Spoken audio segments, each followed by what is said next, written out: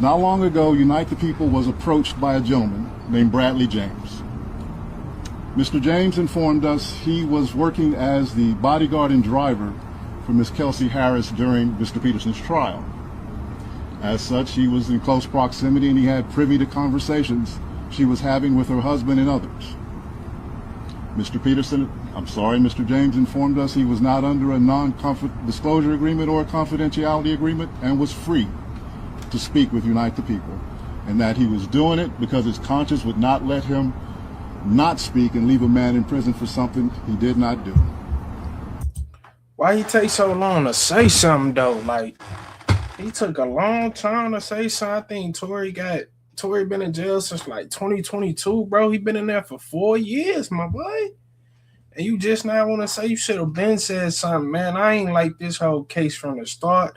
I felt like Meg was a liar from the start because she was. She went on that. She had the interview with Gail, lied up there talking about basically she ain't had no relations with, Tory, but then turned around and she did have relations with this man, bro. Like, she was lying the whole time. And then when it came to the situation and them, doing the investigation and was she shot or did she step on glass? She said she stepped on glass and then went back. I was like, nah, he shot me stuff. Like, come on, man. This whole thing was crazy, man. But I'm gonna let the lawyer go ahead and talk, man. Mr. James informed Unite the People that he was witness to the conversation Miss Harris had where she stated she had the gun, she fired it 3 times, Mr. Peterson grabbed her arm and knocked it down, and the gun fired 2 more times. In essence, Mr. Peterson never shot anybody, never even touched that gun, never fired the gun. This statement aligns with the statement of the only non-party witness to the case, Mr. Sean Kelly, who at trial testified he saw 2 women fighting, 2 men break up the fight, 1 man grabbed the other one's arm, gunshots came from the past. That's crazy too, because in one of the interviews, she also, I think it was in the same thing, she said, I ain't put my hands on nobody, but then you was fighting your friend Kelsey. Like, what we talking about? But you ain't put your hands on nobody? But y'all was in a full fight from what people saying. Like, I don't, man, listen, y'all. To me, this girl is a liar. You know what I'm saying? Free Tory is how I feel. That's just how I feel, though. That's my opinion too. Like, that's just what it is to me. I don't, until I really get some real concrete evidence on this, it just does not sound like she's telling the truth on nothing. Passenger side. Passenger side is where Miss Harris was sitting. This further iterates that Mr. Peterson did not shoot Miss Pete, did not shoot at Miss Pete, or did not assault Miss Pete. It's just another irregularity in a list of irregularities in this case.